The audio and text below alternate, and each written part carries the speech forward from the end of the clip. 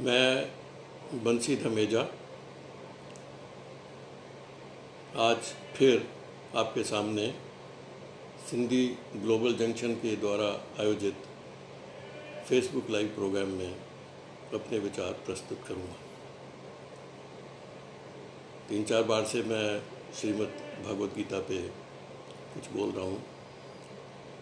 जैसा मैंने पहले आपसे कहा था, ये सब जो मैं कर पा रहा हूँ इसके पीछे मेरी दोस्त, मेरी हमसफ़र, मेरी जीवन संगनी, मेरी पत्नी विमला धमेजा की पुश है, फोर्स है और मालिक की, ईश्वर की कृपा है। श्रीमद् भागवत गीता में पहला, दूसरा और तीसरा अध्याय में पूरा कर चुका हूँ। आगे बढ़ने से पहले थोड़ा सा मैं कुछ कहना चाहूँगा कि हमें मालूम है महाभारत का युद्ध है, दोनों सेनाएं आमने सामने खड़ी हैं। अर्जुन मोहवश श्री कृष्ण से कहता है कि मैं युद्ध नहीं करूँगा।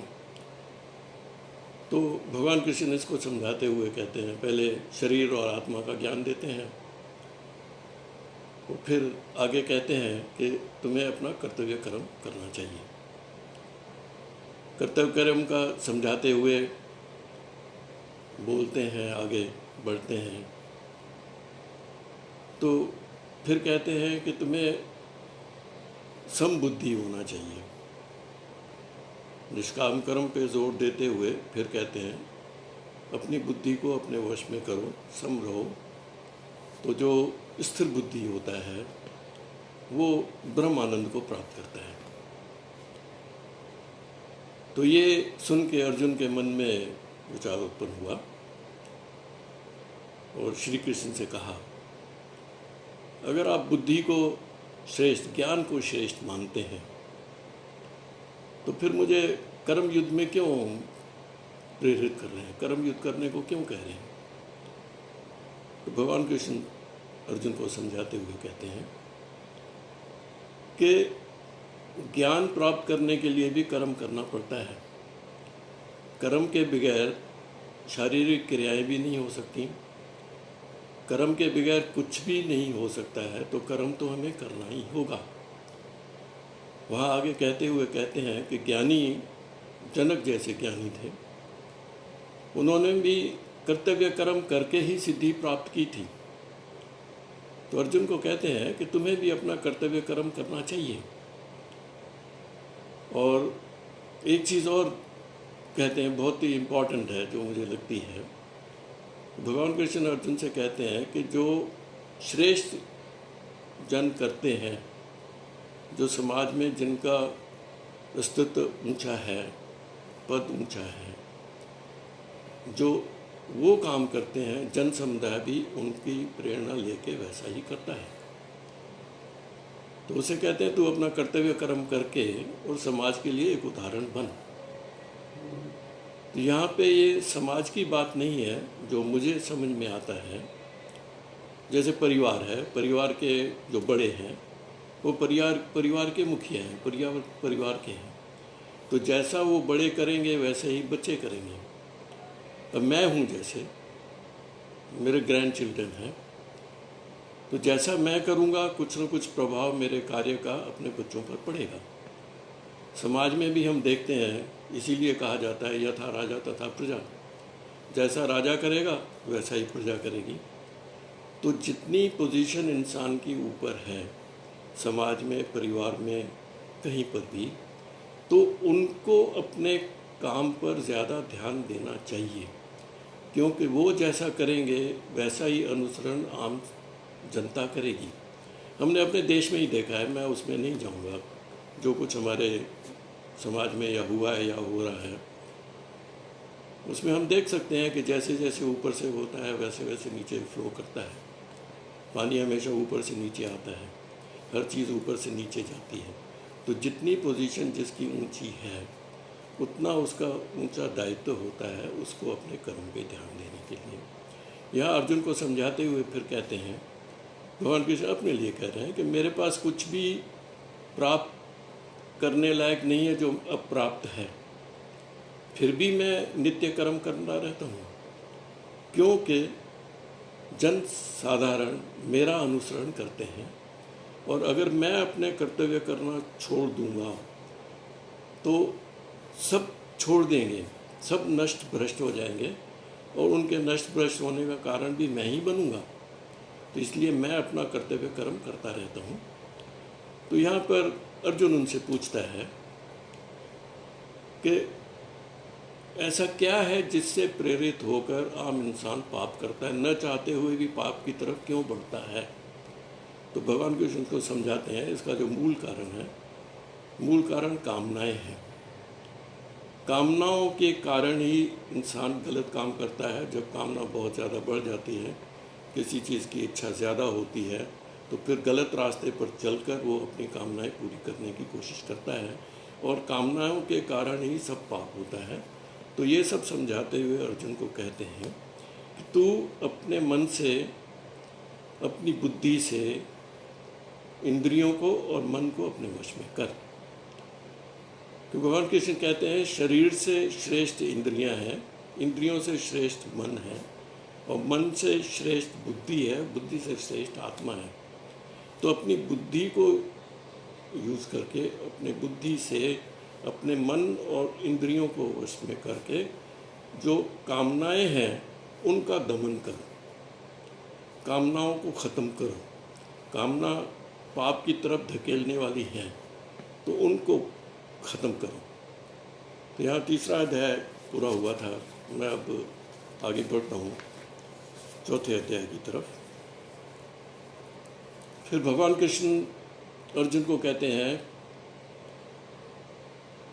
मैंने योग का ज्ञान सूर्य देव को दिया था। अविनाशी योग का ज्ञान मैंने सूर्य देव को दिया था। सूर्य देव ने अपने पुत्र मनु को दिया, मनु ने अपने पुत्र इक्ष्वाकु को दिया। इस तरीके से ये योग का जो ज्ञान है ऋषियों से, बड़ों से आगे चलता चलता चला गया। राज ऋषियों ने एक दूसरे को देते रहे, पर समय के हिसाब से वो नष्ट और भ्रष्ट हो गया। और मैं आज तुझे वही योग का विज्ञान समझाऊंगा। योग की विद्या तुम्हें मैं दूंगा, क्योंकि तुम मेरे मित्र हो, तुम मेरे प्रिय हो, और मैं ये जानता हूँ कि तुम इस योग विज्ञान को समझ भी पाओगे। फिर अर्जुन कहता है कि सृष्टि में के आरंभ में सूर्य देव का जन्म हुआ था। सृष्टि के आरंभ में सूर्य देव का जन्म हुआ था। फिर मैं कैसे मान लूँ कि आपने सूर्य देव को ज्ञान दिया था। तो भगवान कृष्ण इसको कहते हैं तुम्हारे और मेरे कई जन्म हो चुके हैं, तुम्हारे और मेरे कई जन्म हो चुके हैं। तुम्हें कुछ भी याद नहीं है, पर मुझे वो सब कुछ याद है। समस्त प्राणियों का स्वरूप अजन्मा और अविनाशी ईश्वर मैं हूँ। अपने लिए बताते हैं, समस्त प्राणियों का अविनाशी अजन्मा ईश्वर मैं हूँ। मैं अपनी प्रकृति को अधीन कर अपनी योग माया से प्रकट होता हूँ। फिर कहते हैं जब जब जहाँ भी अधर्म बढ़ता है, धर्म घटता है, धर्म की हानि होती है, पाप बढ़ता है, तब मैं अपनी योग माया से साकार रूप में प्रकट होकर सबके सामने आता हूँ। और धर्म की स्थापना के लिए, जो साधु पुरुष हैं उनके उद्धार के लिए, पापियों के विनाश के लिए मैं बार बार हर युग में जन्म लेता हूँ। हे अर्जुन, मेरे जन्म और कर्म अलौकिक हैं। मेरे जन्म और कर्म अलौकिक हैं। जो मेरा ये वास्तविक रूप जानता है वो शरीर छोड़कर दोबारा जन्म नहीं लेता और मेरे सनातन धाम को प्राप्त होता है। पहले भी जो अपना राग, भय, क्रोध, द्वेष सब नष्ट कर पाए थे और मन में अनन्य भाव से प्रेम पूर्वक स्थिर रहते थे, वो भक्ति ज्ञान से, तप से पवित्र होकर मेरे स्वरूप को प्राप्त कर चुके हैं। तो कहते पहले भी जिन्होंने राग, द्वेष, भय, क्रोध वगैरह सब त्याग दिया था, अन्य भाव से स्थिर मन थे, सदा स्थिर रहते थे और भक्ति और ज्ञान से वो मेरे स्वरूप को प्राप्त कर चुके हैं। जो जिस प्रकार मुझे भजता है, भगवान कृष्ण अर्जुन को समझाते हुए कहते हैं, जो जिस प्रकार मुझे भजता है मैं वैसा ही उनके साथ बर्ताव करता हूँ।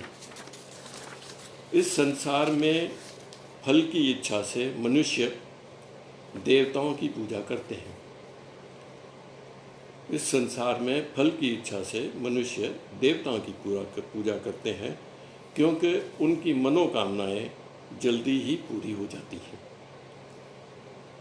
प्राकृतिक गुण कर्म अब अपने ये बता रहे हैं, अर्जुन को समझा रहे हैं अपने लिए कि प्रकृति के गुण और कर्म के आधार पर मैंने समाज को 4 भागों में बांटा है।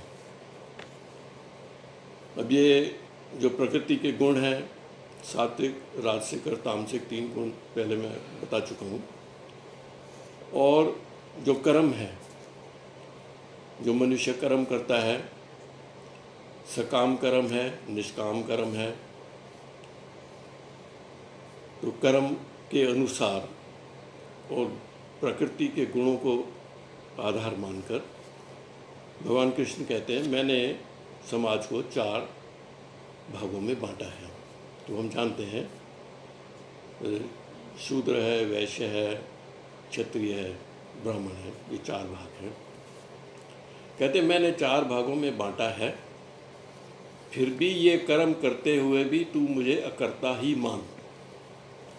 अब यहाँ पर भगवान कृष्ण अकर्ता वर्ड यूज़ करते हैं, अकर्ता ही मान। अब थोड़ा सा समझने की ज़रूरत है, अकर्ता क्या है। कोई भी जो काम करता है वो करता है, उसको कर्ता कहेंगे। अकर्ता मीन्स जो नहीं करता है। अब नहीं करना काम तो नहीं करता, जो अब कोई काम करता है तो करता तो है ही, नहीं करता क्या है। तो जो काम में उसका मतलब मैं कर रहा हूँ ये भावना नहीं है, कर्तापन की अगर भावना नहीं है और किसी फल की इच्छा नहीं है तो वो अकर्ता हो जाता है। कोई भी कर्म करते हुए अगर उसमें मैं की भावना नहीं है कि मैं कर रहा हूँ और उसी के साथ ही फल की कोई इच्छा नहीं है, तो वो कर्म करते हुए भी अकर्ता ही बन जाता है, तो वो कुछ नहीं कर रहा है। क्योंकि इसको आगे भगवान कृष्ण ही अपने लिए ही कहते हैं कि कर्म फल में मेरी कोई लालसा नहीं है, मुझे कर्म लिप्त नहीं करते हैं। जो इस चीज़ को जानता है और उसका अनुसरण करता है वो कर्म बंधन से नहीं बंधता है। अब ये जो कर्म हम करते हैं और अगर उसमें किसी किस्म के कर्म फल की इच्छा है तो हमारे कर्म बंधन बनते हैं। क्योंकि भगवान कृष्ण कहते हैं मेरी लालसा नहीं है, काम करते हुए भी मेरी फल में कोई लालसा नहीं है, तो कर्म बंधन मुझे लिप्त नहीं करते, मैं कर्म बंधन से नहीं बनता हूँ। और आगे भी समझाते हैं कि जिन्होंने भी इस स्वरूप को अपनाया है और इस चीज़ का अनुसरण किया है, उन्होंने कर्तव्य पालन करते हुए भी कर्म बंधनों से वो नहीं बंधे हैं। फिर आगे अब अर्जुन को समझाते हैं कर्म और अकर्म। अब इस पे आ रहे हैं, क्या है बुद्धिमान भी समझ नहीं सकते हैं, बुद्धिमान भी समझ नहीं सकते हैं कर्म और अकर्म क्या है। मैं तुझे कर्म के बारे में सही से समझाऊंगा जिसे तू समझ कर कर्म बंधनों से मुक्त हो जाएगा। क्योंकि जैसा पहले कहा कि कर्म में अगर लालसा है, इच्छा है किसी भी कुछ पाने की, तो हमारे कर्म बंधन बनते हैं। तो भगवान कृष्ण को कहते हैं कर्म के बारे में इस तरीके से मैं समझाऊंगा, तू कर्म बंधनों से नहीं बंधेगा। तो कहते हैं कर्म समझना चाहिए हमें, अकर्म समझना चाहिए, और विकर्म तीसरा शब्द आता है, विकर्म। अब कर्म तो जो कर्म हम करते हैं वो कर्म है। अकर्म जैसे कहा जिसमें कर्तापन का भाव ना हो, जिसमें कोई फल की इच्छा ना हो, लालसा ना हो, वो अकर्म है। विकर्म है वो कर्म जो हमें करना नहीं चाहिए, जो समाज के लिए हानिकारक है, या वेदों में परिभाषाएं दी हुई हैं। जो कर्म नहीं करना चाहिए हमें, वो विकर्म है। तो इन तीनों को अच्छी तरह समझना बहुत ज़रूरी है, कर्म, अकर्म और विकर्म। अब आगे भगवान कृष्ण कहते हैं जो कर्म में अकर्म देखता है, जो कर्म में अकर्म देखता है और अकर्म में कर्म देखता है, वो बुद्धिमान है। अब यहाँ पर ये बड़ा मुश्किल है, मुझे भी इतना क्लियरिटी अभी भी अच्छी तरह से नहीं है, फिर भी जो समझ में आता है, कर्म में अकर्म देखता है।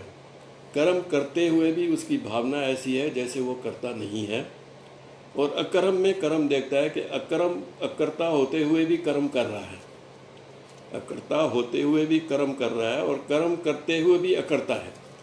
तो कर्म में अकर्म देखता है और अकर्म में कर्म देखता है, तो वो बुद्धिमान है। और जो भौतिक सुखों की इच्छा से मुक्त रहकर कार्य करता है, ज्ञान की आग में कामनाओं की प्रतिक्रियाओं को दमन करता है, ऐसा ज्ञानी महापुरुष पंडित कहलाता है। तो बता रहे पंडित वो है जिसने भौतिक सुखों की इच्छा से मुक्त है, उसको किसी भी भौतिक सुख की इच्छा नहीं है, हर कार्य करता है, काम सब करता है, पर भौतिक इच्छाएं उसमें नहीं है, और ज्ञान की आग में काम की प्रतिक्रियाओं को जला दिया है उसने। तो वो जो महापुरुष है उसको हम पंडित कहते हैं। जो कर्म फलों में आसक्ति मीन्स जिसकी इंटरेस्ट, जो लगाव है, कर्म फल से लगाव को त्याग कर संतुष्ट है, स्वतंत्र रहता है, वो सब काम करते हुए भी कुछ भी नहीं करता है। अब यहाँ पर भी वही बात आ जाती है कि काम करते हैं, उसमें एक तो कर्तापन का भाव नहीं है, उसके फल में कोई लालसा नहीं है, उसके फल से कोई इच्छा नहीं है, तो वो हर काम करते हुए भी कुछ भी नहीं करता है। जो समस्त उम्मीदों को त्याग कर अंतःकरण को जीत लेता है, सब कर्म फलों से आसक्ति और स्वामित्व, अब फिर वही आया है कि जिस फल में कोई लगाव नहीं है, उसमें कर्तापन का कोई भाव नहीं है, सारी उम्मीदों को त्याग दिया है, अंतःकरण को जीत लिया है उसने, वो शरीर द्वारा काम करते हुए भी कभी भी किसी पाप को प्राप्त नहीं होता है। जब हम डिटैच कर लेते हैं अपने को कर्म फलों से, जैसे मैं कई बार कहता हूँ कि जो भी कार्य करें भगवान को समर्पित करके करें कि ईश्वर का कार्य है, मेरा कार्य नहीं है। जब मैं हट जाता है कि मेरा कार्य नहीं है, तो उसमें जो त्रुटि भी होगी, कोई कमी भी होगी, कोई भी होगा, तो उसकी रिस्पॉन्सिबिलिटी नहीं रहती। ये भगवान कृष्ण समझा रहे हैं। जो बिना इच्छा के अपने आप प्राप्त होने वाले फल में संतुष्ट रहता है, उसकी कोई इच्छा नहीं है, फिर भी जब कम करते हैं तो कुछ न कुछ उसमें मिलता है, और जो भी उसको प्राप्त होता है अगर वो उसमें हमेशा संतुष्ट रहता है, द्वंद्व मुक्त रहता है, ईर्ष्या नहीं है, सफलता असफलता में स्थिर रहता है, ऐसा मनुष्य कर्म करता हुआ कर्म बंधनों से नहीं बनता है। फिर वही बात आ जाती है, जब किसी किस्म का कर्म करने में लालच नहीं होती है तो कर्म बंधन नहीं बनते हैं। तो बता रहे हैं जो मनुष्य अपना काम करता है उसको जो भी उसमें मिलता है, कुछ भी हम करते हैं कुछ ना कुछ उसका रिजल्ट उसको मिलता है, वो उसमें स्वस्थ संतुष्ट रहता है।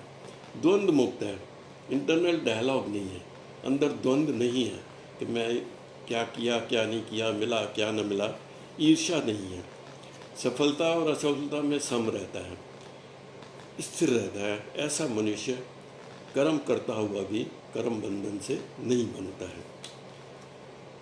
और भौतिक आसक्ति मुक्त, भौतिक आसक्ति मीन्स ये जो फिजिकल प्लेजर्स के लिए अटैचमेंट जो है, उससे जो मुक्त है, ब्रह्म ज्ञान में स्थित है, यज्ञ कर्म करता है, जो प्रकृति के गुणों से मुक्त है, ब्रह्म ज्ञान में पूर्ण रूप से स्थित है, ब्रह्म ज्ञान में है, वो अच्छे कर्म कर कर्मों को नष्ट कर बंधन से मुक्त रहता है। फिर वही आ जाती है बात कि कर्म बंधनों से मुक्त कैसे हो, वो भगवान कृष्ण अर्जुन को समझा रहे हैं। वो हमारे लिए है, हमारे सबके लिए है। हम कर्म बंधनों से अपनों को मुक्त कैसे कर सकते हैं? एक तो उसमें कर्तापन का भाव ना हो, दूसरा है कर्म फल में कोई इच्छा ना हो, तो हम कर्म बंधन से नहीं बनेंगे। बट ये कहने के लिए तो बहुत आसान है, मैं भी बहुत बार पढ़ा है, समझाया, कोशिश भी करता हूँ, पर फिर भी कहीं ना कहीं कुछ भी करते हैं तो कहीं ना कहीं कुछ ना कुछ मन में रहता है कि इससे मुझे क्या मिलेगा क्या नहीं मिलेगा। तो ये त्याग करना इतना आसान नहीं है, फिर भी अगर हम जानते हैं तो कुछ ना कुछ हमारे जीवन में बदलाव ज़रूर आएगा। तो इसीलिए मैं हमेशा पिछली बार भी कहा था कि हमें भगवद गीता ज़रूर पढ़नी चाहिए। उसका अनुसरण करना तो मुझे बहुत बहुत बहुत मुश्किल लगता है, बट फिर भी कहीं ना कहीं कुछ ना कुछ हमारे जीवन में उसका बदलाव आता है।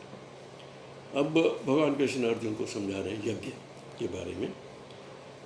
कुछ यज्ञ करते हैं भौतिक पदार्थ देवताओं की पूजा में अर्पण कर। अब यज्ञ बता रहे हैं, अलग अलग किस्म के यज्ञ हैं जो वेदों में यज्ञों का वर्णन है, उसके बारे में बता रहे हैं। कुछ यज्ञ करते हैं भौतिक पदार्थों को देवताओं को अर्पण करके, कुछ आत्मिक सत्य में कि स्वयं के विकारों को हवन करके, अपने विकार ख़त्म करके वो यज्ञ करते हैं। कुछ यज्ञ करते हैं ज्ञानेंद्रियों के विषयों को स्वयं की अग्नि में अर्पण कर। अब ज्ञानेंद्रियों के जो विषय हैं उनको ख़त्म कर देते हैं कि उनका ज्ञानेंद्रियों के विषयों का उनके ऊपर प्रभाव नहीं पड़ता है, तो वो भी एक यज्ञ है। कुछ इंद्रियों के विषय इंद्रियों रूपी अग्नि में ही हवन कर देते हैं, उनके विषय इंद्रियों के विषय इंद्रियों के विषयों में ही हवन कर देते हैं, वो भी एक यज्ञ है। कुछ ज्ञान से प्रेरित होकर आत्म संयम की अग्नि में इंद्रियों की ऊर्जा अर्पण करते हैं। जो इंद्रियों की ऊर्जा है, इंद्रियों की स्ट्रेंथ है, ताकत है, वो भी उसमें अर्पण करते हैं, वो भी यज्ञ है। कुछ यज्ञ करते हैं इंद्रियों को की ऊर्जा को जीवन के कार्यों में लगाकर। ऐसे लोग होते हैं जो काम में अपने को इतना बिजी कर देते हैं, उनको किसी किस्म की शुद्ध बुद्ध नहीं रहती है, तो वो भी एक प्रकार का यज्ञ है। कुछ मनुष्य यज्ञ करते हैं धन संपत्ति वगैरह दान करके, सब कुछ दान में दे दिया, वो भी एक यज्ञ है। कुछ यज्ञ करते हैं तपस्या रूपी कठिन परिश्रम करके, कठिन तपस्या करते हैं, वो भी एक यज्ञ है। कुछ यज्ञ करते हैं कठिन योग अभ्यास करके। कुछ यज्ञ करते हैं वेद शास्त्रों का अध्ययन करके और ज्ञान में निपुण होकर, वो भी एक यज्ञ है। कुछ यज्ञ करते हैं अपान वायु और प्राण वायु का हवन करके। अब अपान वायु और प्राण वायु, प्राण वायु है जो वायु हमें प्राण देती है, जिससे हम जीवित हैं। हम वायु इनहेल करते हैं, सांस लेते हैं, वो जाकर हृदय में पहुंचता है, वो प्राण है। क्योंकि जब हम सांस नहीं ले पाएंगे तो प्राण खत्म हो जाएंगे, तो प्राण वायु है वो जो हमें वायु जो हमें जीवित रखती है। और अपान वायु है जो हम बाहर छोड़ते हैं। तो प्राण वायु और अपान वायु। कुछ मनुष्य यज्ञ करते हैं प्राण वायु और अपान वायु का हवन करके। इसकी विधियाँ हैं, एक्चुअली ये वेदों में दिया हुआ है, ये प्राणायाम की विधियाँ हैं, उसके हिसाब से वो करते हैं। और कुछ प्राण वायु और अपान वायु की योग दोनों को रोक लेते हैं और समाधि में चले जाते हैं। कई बार हमने सुना है, लोग कईयों के लिए ऋषि मुनि कई साल समाधि में चले गए तो उनका शरीर भी हिलता नहीं था पर समाधि में थे, जीवित थे। वो जीवित रहते हैं, मरते नहीं हैं, पर किसी किस्म की क्रिया नहीं होती है, तो वो भी एक यज्ञ है। और कुछ यज्ञ करते हैं भोजन कम करके, प्राणवायु को प्राणवायु में हवन करके, और फिर ये कहते हैं जितने भी ये यज्ञ करने वाले ज्ञाता हैं सब पाप कर्मों से मुक्त हो जाते हैं। जो भी ये यज्ञ करते हैं वो पाप कर्मों से मुक्त हो जाते हैं। फिर अर्जुन को आगे समझाते हुए कहते हैं, योगी जन जिन्होंने भी यज्ञ का अमृत फल चखा है, जिन्होंने भी जो भी योगी ने यज्ञ करके उसका अमृत फल चखा है, वो पर ब्रह्म को प्राप्त हुए हैं। मगर जो आम मनुष्य है वो यज्ञ नहीं करते हैं, सुखी नहीं रहते हैं, इस जन्म में भी नहीं सुखी रहते हैं, वो अगले जन्म में कैसे सुख को प्राप्त कर सकते हैं। फिर आगे अर्जुन को बता रहे हैं कि वेदों की वाणी में अनोखे प्रकार के यज्ञ विस्तार से कहे गए हैं, सब कर्म से उत्पन्न होने वाले हैं। कोई भी यज्ञ कर्म किए बगैर यज्ञ भी नहीं हो सकता, कर्म किए बगैर ज्ञान प्राप्त नहीं हो सकता, कर्म किए बगैर कुछ भी नहीं हो सकता। तो वेदों में बहुत से प्रकार के यज्ञ दिए हुए हैं, सब कर्म से उत्पन्न होने वाले हैं। उनको अगर तू जान लेगा, उनके राह पर चलेगा, तू कर्म बंधन से फिर मुक्त हो जाएगा। अगेन फिर वही बात है, कर्म बंधन से खुद को मुक्त करना है। वे कहते हैं, हे परंतु अर्जुन, धन संपदा से किए गए यज्ञ की अपेक्षा ज्ञान यज्ञ श्रेष्ठ है। जो पैसे वगैरह दान करके करते हैं उस यज्ञ से ज्ञान यज्ञ श्रेष्ठ है। पर सारे के सारे जितने भी यज्ञ होते हैं ब्रह्म ज्ञान में पहुंचते हैं, ब्रह्म ज्ञान तक आप पहुंच जाते हैं। कोई भी यज्ञ करेंगे तो वहीं पहुंचेंगे। अब फिर आगे उसको अर्जुन को समझाते हैं, ये जो ब्रह्म ज्ञान में है या जो यज्ञ का ज्ञान है, ज्ञान प्राप्त करने के लिए तत्वदर्शियों के पास जाओ। तत्वदर्शी, तत्व जो है सब्सटेंस पदार्थ बेसिक, और इसमें 25 पदार्थ गिने जाते हैं खास जो हैं, जैसे सृष्टि चलती है। जैसे 5 महाभूत हैं, पृथ्वी, जल, अग्नि, वायु और आकाश। ये 5 महाभूत हैं। 5 ज्ञानेंद्रियां हैं, 5 कर्मेंद्रियां हैं।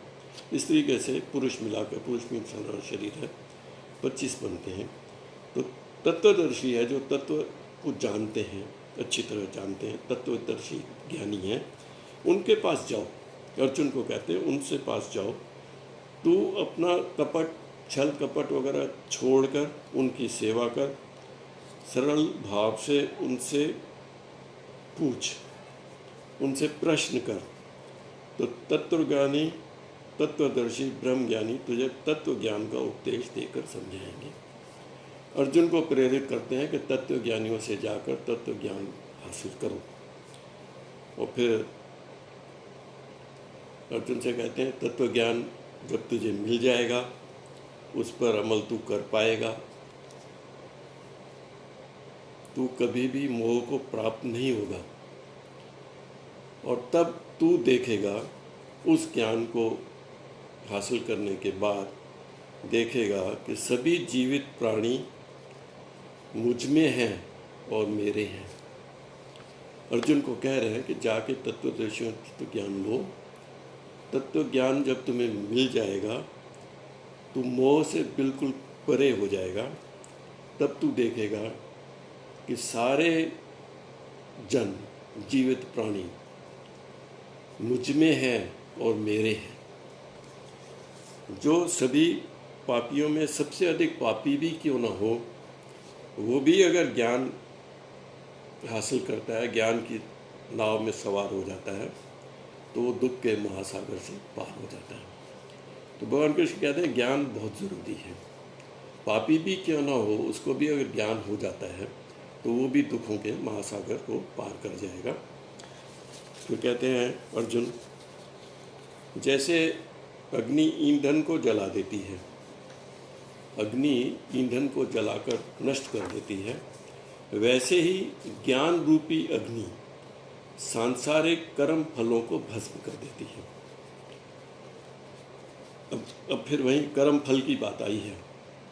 सांसारिक कर्म फल, ज्ञान रूपी अग्नि, जब ज्ञान हो जाता है तो सांसारिक कर्म फलों में इच्छा नहीं रहती, उसमें लगाव नहीं रहता, उसमें इंटरेस्ट नहीं रहता, तो वो भस्म हो जाते हैं।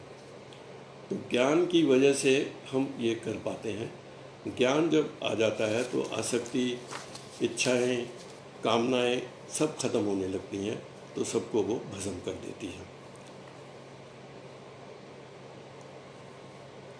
दुनिया में दिव्य ज्ञान मीन्स अलौकिक ज्ञान, परमात्मा के ज्ञान, दिव्य ज्ञान के अलावा और कुछ नहीं है जो शुद्ध कर सकता है। दिव्य ज्ञान ही शुद्धि प्राप्त कर सकता है। जो योग के लंबे अभ्यास से मन पवित्र प्राप्त करता है, वो समय अनुसार दिल में इस तरह का ज्ञान प्राप्त करता है। बीच में डिस्टर्बेंस आ गई थी, मैं दोबारा करूँगा। वो मैं साइलेंट करना भूल गया तो आवाज़ आ गई बीच में। दिव्य ज्ञान जो परमात्मा से जुड़ा हुआ ज्ञान है, उसके अलावा कुछ भी नहीं है जो हमें शुद्धि प्राप्त कर सकता है। जो योग के लंबे अभ्यास से पवित्रता प्राप्त करता है, वो समय अनुसार दिल में इस तरह का ज्ञान प्राप्त कर लेता है, उसको दिव्य ज्ञान आ जाता है। भगवान कृष्ण कहते हैं दिव्य ज्ञान के अलावा कुछ भी नहीं है जो हमें शुद्ध कर सकता है। और फिर आगे कहते हैं जो लंबे योग के अभ्यास से पवित्रता प्राप्त करता है, उसके मन में दिव्य ज्ञान आ जाता है, उसको दिव्य ज्ञान प्राप्त हो जाता है। जो पूर्ण श्रद्धावान मनुष्य है, अपनी इंद्रियों को वश में कर लेता है, वो दिव्य ज्ञान प्राप्त करने के बाद परम शांति को प्राप्त करता है। जो श्रद्धावान मनुष्य है, जिसने इंद्रियों को अपने वश में कर लिया है, उसको जब दिव्य ज्ञान प्राप्त हो जाता है तो वो परम शांति प्राप्त करता है। जो संशय युक्त है, जिसको हमेशा डाउट रहते हैं, विश्वास नहीं रहता किसी चीज़ में, वो पतन को प्राप्त करता है। ऐसा संदेह, ऐसी आत्मा इस जीवन में ना अगले जीवन में खुशी पा सकती है। फिर अर्जुन को कहते हैं, हे धनंजय, जो कर्म योग से अपने सब कर्मों को परमात्मा को अर्पण कर देता है, अब फिर वही आती है बात कि जितने भी हम कर्म करते हैं वो परमात्मा को अर्पण करते हैं। तो उसको समझा रहे हैं, जो कर्म योग से अपने सब कर्मों को परमात्मा को अर्पण कर देता है और विवेक द्वारा अपने समस्त संशय को नाश कर देता है, अंतःकरण को वश में कर लेता है, वो कर्म बंधनों से नहीं मिलता। फिर वही आती है कर्म बंधनों से मुक्ति, कर्म बंधन से वो नहीं बनता है। इसलिए अर्जुन को कहते हैं, इसलिए ज्ञान की तलवार से दिल में उत्पन्न संदेह को ख़त्म कर दो और अपने आप को कर्म योग में स्थापित करो। अर्जुन को भूल रहे हैं कि ज्ञान से की तलवार से दिल में उत्पन्न संदेह, विश्वास पूर्ण रखो, कोई डाउट नहीं होना चाहिए, संदेह खत्म कर दो, कोई भी संदेह नहीं रहना चाहिए, पूरी निष्ठा से खड़े हो जाओ और अपने को कर्म योग में स्थापित करो। तो इस तरह ये जो चौथा अध्याय है, ज्ञान कर्म संन्यास योग अध्याय, यहाँ समाप्त होता है। तो मैं, जैसा मैंने पहले भी कहा है कि मैं अपनी तरफ से थोड़ी सी कोशिश करता हूँ, ज्ञानी नहीं हूँ तो इसलिए में गलतियाँ हो सकती हैं, मैं सही, कहीं कहीं मेरे से त्रुटियाँ होंगी ही, फिर भी अपनी तरफ से प्रयास करता हूँ, जो मैं समझ पाया हूँ वो विचार मैं आपके सामने रखता हूँ। तो यहाँ पर चौथा अध्याय समाप्त हुआ है। नेक्स्ट संडे इसी टाइम फिर मैं आपके सामने आऊँगा, 5वें अध्याय को कुछ लेकर अपने विचार रखूँगा। मैं मेरे कुछ नोटिफिकेशंस मेरे आती नहीं है। एनीवे, मैं सबका शुक्रगुजार हूँ, आप सबका, जो आप लाइव मुझे देख रहे हैं। कुछ यहाँ नाम दिखते हैं, कुछ बहुत से जो अलग अलग ग्रुप्स में देखते हैं उनके नाम या कुछ भी नहीं आता है। तो मैं थोड़ा सा देख लेता हूँ, जिन्होंने कुछ कमेंट्स किए हैं उनके नाम मेरे पास सामने आ जाते हैं। मैं एटलीस्ट, मेरा दायित्व बनता है कि मैं उनका शुक्रिया अदा करूँ। मुझे आप सुनते हैं। राजीव चंदीमान जी, थैंक यू सो मच। आपकी वजह से और आपके साथ महेश की वजह से ये सारा प्रोग्राम ग्लोबल सिंधी जंक्शन को आप चला रहे हैं, तो मैं आपका शुक्रगुजार हूँ। सुमन नोतानी जी, थैंक्स फॉर वाचिंग। तो आपने सही लिखा था, उसमें पीछे कमेंट्स में देख रहा था, आपने ही लिखा था कि हर बार सुनते हैं तो कुछ नया दिखता है। तो एक्चुअली गीता को अगर बार बार पढ़ते हैं तो कई बार मेरे साथ भी हुआ है, कभी पढ़ता हूँ तो मुझे कई बार ऐसा भी लगा है, अभी नहीं, लिखने के बाद तो नहीं है, पहले लगता था ये मैंने पढ़ा ही नहीं। तो कई चीज़ें ऐसी ध्यान में आती हैं। Thank you so much for your valuable comments. Harish Tibnani ji, thanks for watching me. Rajendra Sachdeva ji, thank you so much. Suman Notani, Reshma, thank you so much Reshma ji, thank you so much. तो कुछ ऊपर नाम आ रहे हैं, विमला आसनानी जी, थैंक यू। इधर कुछ चेहरे भी हैं, कुछ दिख नहीं आ रहे हैं। सीमा दिख रही है, Seema, thanks a lot for watching. And और भी हैं, मैं नहीं देख पा रहा हूँ, नहीं आ रहे हैं सामने, कुछ आगे दिखता है कौन कौन है। एनीवे, तो आप सबका बहुत बहुत शुक्रिया, और राजीव जी का, चंद्रामानी का भी शुक्रिया कि मुझे चांस देते हैं कि मैं आता हूँ आपके सामने, अपने विचार रख पाता हूँ। फिर मिलूँगा नेक्स्ट संडे, फिर मैं मिलूँगा। थैंक यू सो मच, बहुत बहुत धन्यवाद। फिर मिलूँगा। Thank you, God bless you, thank you.